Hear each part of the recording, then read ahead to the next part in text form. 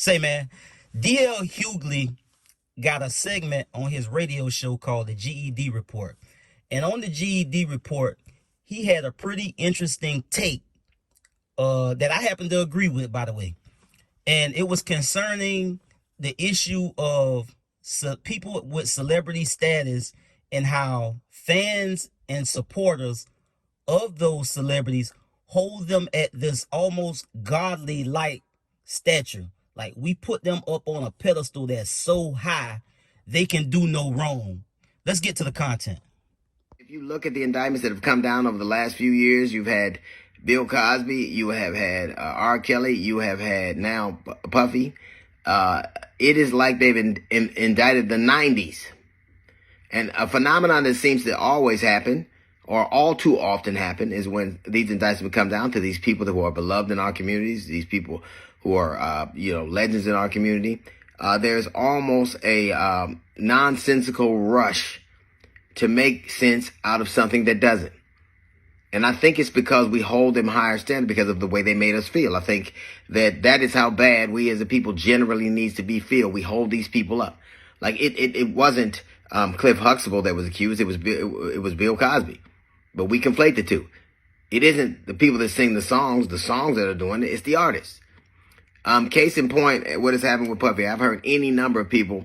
One guy in particular who I'm not going to say, he went on and on and on about how this was a setup because of his business dealings with the liquor company Diageo, and how he was getting too big for his britches, and how this is a scheme to bring down the black man. And you know what? I am going to take this gentleman at his word. Maybe he is privy to information that only those in the inner circle or inner workings of Puffy's empire would know about. I do find it odd that he would know that much, and instead of telling it to us, he's not telling it to a prosecutor. But I'll take you at your word. Maybe you do have insight as to what happened. Maybe you do have insight as to the inner workings and how these things got weaponized against him. Maybe you do. And I'm going to take you at the word. Maybe you're earnest when you make these accusations, when you say these things. Maybe they did set him up because he was getting too high on the horse. Maybe they did have all these people testify against him. Maybe they did ship vats of baby oil and dildos and KY jelly. Maybe they did scrape the serial numbers off of AK-47. Maybe they did all of that in an attempt to, as you say, bring him down. Maybe they did. I'm going to take you at your word because I think that you're earnestly saying what you think you believe. What you believe. Maybe they did all of those things. Maybe, as you say, and we all know that there can be conspiratorial aspects that are leveled at black man. That is true. So maybe this person knows something. He's telling us in an earnest way. He is laying out the unvarnished truth.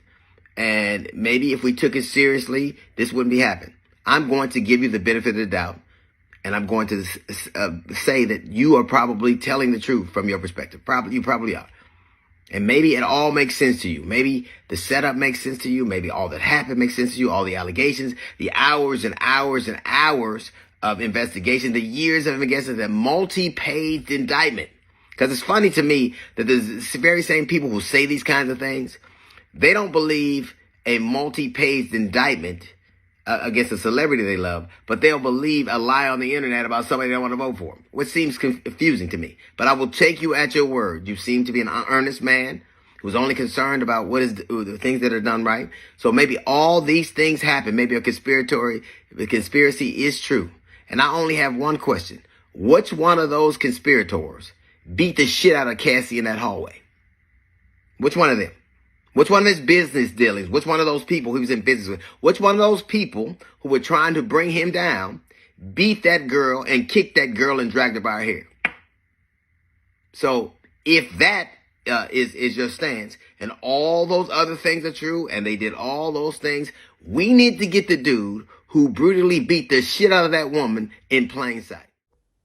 Sharing the same opinion with somebody with a bigger voice than you, I feel like it's always inspiring because it lets you know whoever you are, wherever you're at in life, it allows you to understand that your opinion isn't just your opinion. Your opinion is shared by people from different walks of life. So it don't matter if your voice is big or if you got a small voice or if you got any voice at all. if you got a perspective on life, it's not foreign to other people to have that same shared opinion. And so I agree with DL and everything that he said, because we do, as fans and as supporters of, be it movie stars, people in the music industry, sports figures, we by default put these people at an elevated level to where it's almost it's almost like we put them at a godlike figure. Like we know them from sports or music or movies, and it's like we just by default put them on a level because we grow to love them because of their acting or because they play sports. And at the end of the day, we have to come to the reality that we don't know these people, bro. These people might be celebrities.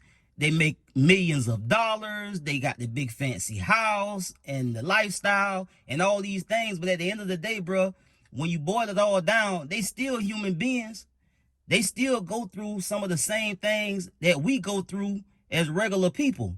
You dig what I'm saying? They still, have challenges and vices and all of the regular human things that everybody else go through in life. So, when something happens or when something arises in their life that's outside the norm of what we know and understand them to be, we don't be knowing how to process it. And we get real biased and standoffish and defensive, and we don't even really be knowing what be going on until it play out in a court system.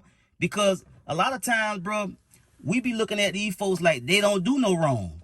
Like, I know this person from the movies. I know this person, I've been listening to their music for years.